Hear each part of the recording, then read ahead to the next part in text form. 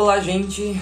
Faz tempo que a gente não se fala, estamos afastados por questão da pandemia e por várias outras coisas também, atividades afins. Mas estava com saudade de vir aqui no canal conversar com vocês sobre livros. O livro que a gente vai conversar sobre hoje é o livro de uma das minhas autoras favoritas, não apenas em relação à literatura brasileira, mas também a uma questão assim, mundial. Ela é uma autora que teve polêmicas na sua vida assim, em relação ao seu envolvimento político no Brasil, mas no âmbito assim, literário, para mim é uma das mais geniais autoras, artistas da história do Brasil, com certeza. Ela que é de Fortaleza, nascida em 1910 e falecida em 2003, a Raquel de Queiroz. A Raquel de Queiroz e o seu livro Não é o 15, As Três Marias. Por que eu digo Não é o 15? Porque é o livro mais famoso dela, né? O livro é a grande obra-prima, considerada a grande obra-prima dela, que é um livro onde ela fala bastante sobre a crise da seca e o que acontece no Nordeste brasileiro.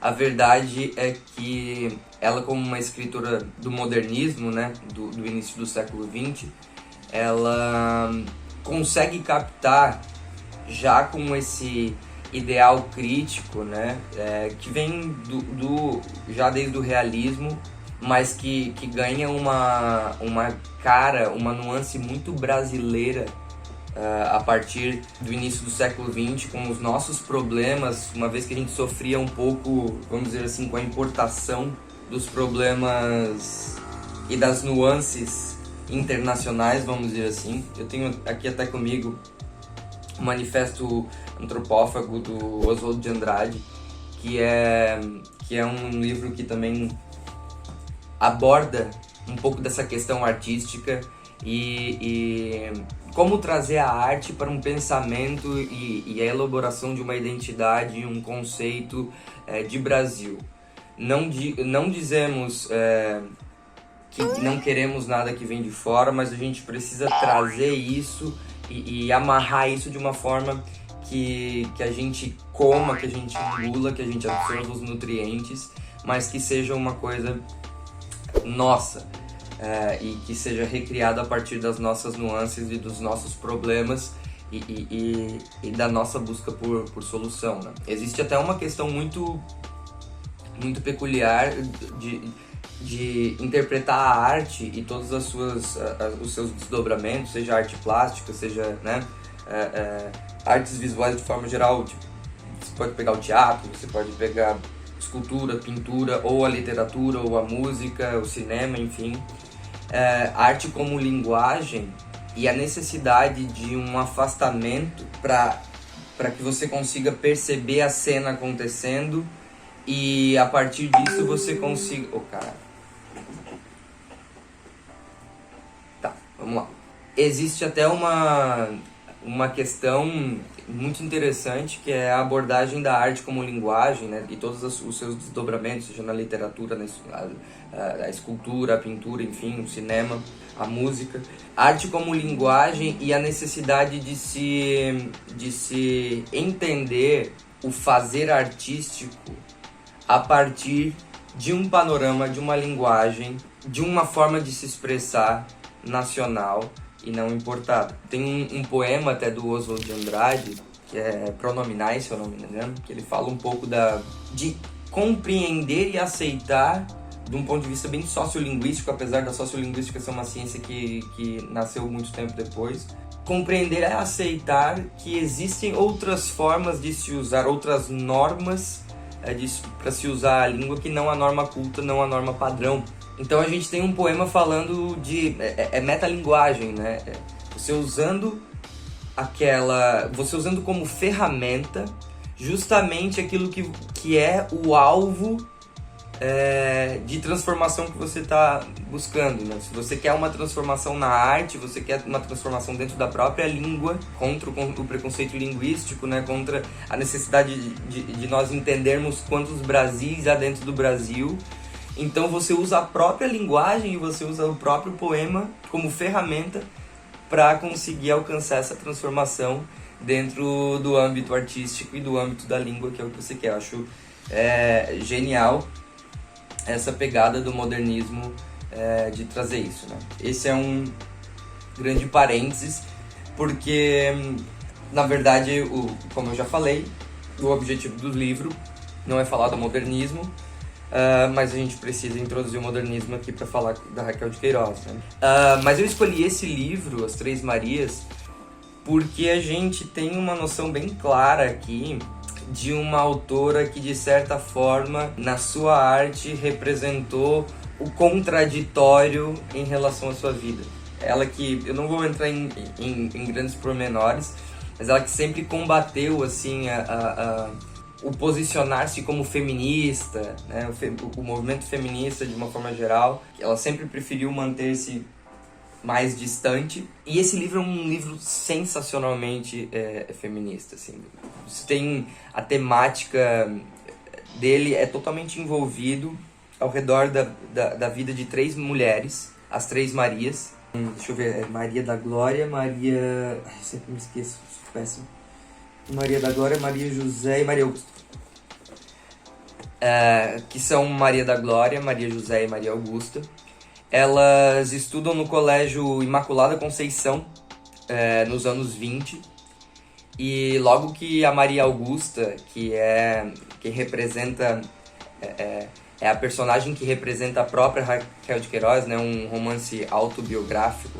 A Maria Augusta chega, meio deslocada, e logo encontra Maria da Glória e a Maria José, e assim elas são apelidadas de As Três Marias, porque começam a andar juntas, assim. E esse romance, como eu vinha dizendo, é envolvido ao redor da vida dessas 3 mulheres e todos os desdobramentos dentro do colégio e na vida posterior, né? Dentro do colégio é uma questão muito forte de questionar a instituição católica. É um livro que questiona muito instituições, né? Do porquê a mulher tem que ser aquilo que a sociedade diz que ela precisa ser. E a Maria Augusta, por não se encaixar muito nisso, nesses ideais, ela busca realmente ser livre. E nessa busca por liberdade, ela entende como é difícil ser mulher numa sociedade extremamente conservadora, patriarcal. E na tentativa de buscar a liberdade dessas cadeias e dessas instituições que aprisionam, ela acaba caindo cada vez mais nos buracos que ela está tentando fugir. Então, ao tentar fugir de casamento, ela sofre por amor. Ao tentar fugir da religião, ela vê a sua grande amiga se tornar muito religiosa, Maria José. Ela vê a Maria da Glória se casar muito cedo também, nesse confronto da mulher que precisa se casar para ser mãe de família. Maria José se afasta dos prazeres carnais por ser tão religiosa. E tudo isso acontece de uma forma muito intensa e que vai mostrando, de uma forma muito sensível, na prática, na vivência, como é difícil ser mulher no Brasil. E não importa que mulher, é lógico que há variações, né? Se você é uma mulher LGBT, negra, pobre, é diferente de ser uma mulher classe alta, branca, da elite do Rio de Janeiro, lógico.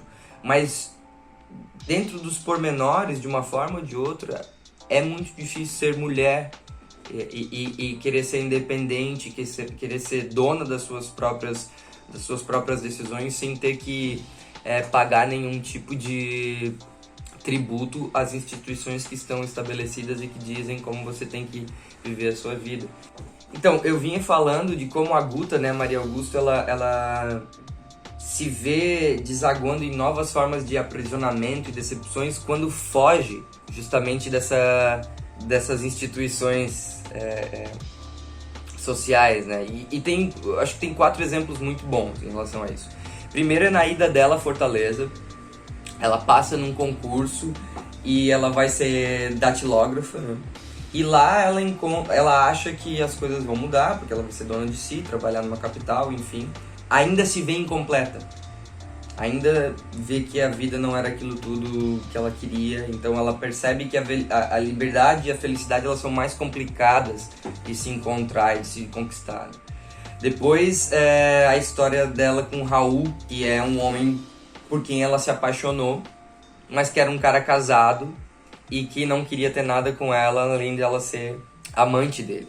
E ela sofre por isso, ela fica extremamente desiludida, porque era uma pessoa que ela queria que fosse o amor dela, enfim. E que ela, justamente nessa tentativa de liberdade, mais uma vez, de escolher quem quer pra si, de não ter que casar cedo, de viver o amor. Nessa busca pela liberdade, ela acaba tomando mais um balde de água fria, porque o homem por quem ela se apaixona é casado e não quer deixar a sua mulher, a não ser que ela queira ser sua amante, enfim. Mais uma decepção, né? O terceiro ponto do livro que eu acho muito bacana é o suicídio do Aloísio, o amigo dela, que se apaixonou pela Guta. E ela veio a saber dias antes do suicídio, e aí o cara acaba se matando. Ela acaba sendo culpada pela família e pelos próximos dessa tragédia. E mostra que, mais uma vez, né, uma posição... A mulher, ela acaba sendo culpa mesmo quando vítima, porque ela é uma situação extremamente violenta. Ela perde um amigo, ela é vítima também dessa situação, né? De tudo aquilo que está acontecendo, mas ela é culpabilizada porque precisa ter culpa alguém. A sociedade, a micro-sociedade ao entorno dela escolhe ela como culpada. E por último, eu acho que a ida dela ao Rio, né? Ela vai ao Rio, conhece o Isaac, ela sente marcas do sexismo. Tem uma cena muito forte, que é uma cena onde ele diz que precisa estudar, precisa de um tempo, e eles estão na biblioteca, se eu não me engano, da casa dele, e ele entrega um livro para ela, tá, senta ali e lê, porque eu não vou conseguir me concentrar e estudar se você estiver sozinha pelo Rio, passeando e fazendo coisas, então fica aqui, senta e lê e me espera. Então parece que ela vê a liberdade que ela tanto almejou, assim, escorrer pelos dedos dela, e isso é uma parte bem marcante, né? Ela sente marcas do sexismo, né? Então a Guta também passa pela experiência marcante, violenta, né? Super tema tabu, altamente estigmatizada, que é a questão do aborto. E ela isso tudo, esse complexo de coisas, deixa muito claro que a Guta é uma mulher que carrega em si as marcas de uma vivência feminina. E essa busca pela liberdade, pela quebra com as instituições, é uma busca extremamente feminista, né? Uma busca de liberdade do espaço da mulher dentro da sociedade. Então, todas essas desventuras que acontecem acabam levando ela de volta para Fortaleza, né? Para sua terra. Uma voz já mais amargurada e melancólica, ela até fala assim no final do livro: sinto-me cada vez mais triste, doente e só. E ela termina, né? Nem sei quanto tempo hei de ficar ainda, sozinha e desamparada, brilhando na escuridão até que minha luz se acabe. Então o livro acaba de forma muito melancólica, triste, sendo que é um livro de uma temática que era para ser assim libertadora, né? Mas que mostra que essa liberdade é uma busca que realmente não é tão simples assim, e que a vitória não é fácil, né? Que essa busca é uma busca sempre constante. Então é isso, gente. Espero que vocês tenham gostado. Espero que vocês comprem o livro. Eu tenho essa edição incrível aqui da José Olímpio. Lindíssima, inclusive, essa arte. Comprem, de preferência em sebos, tá?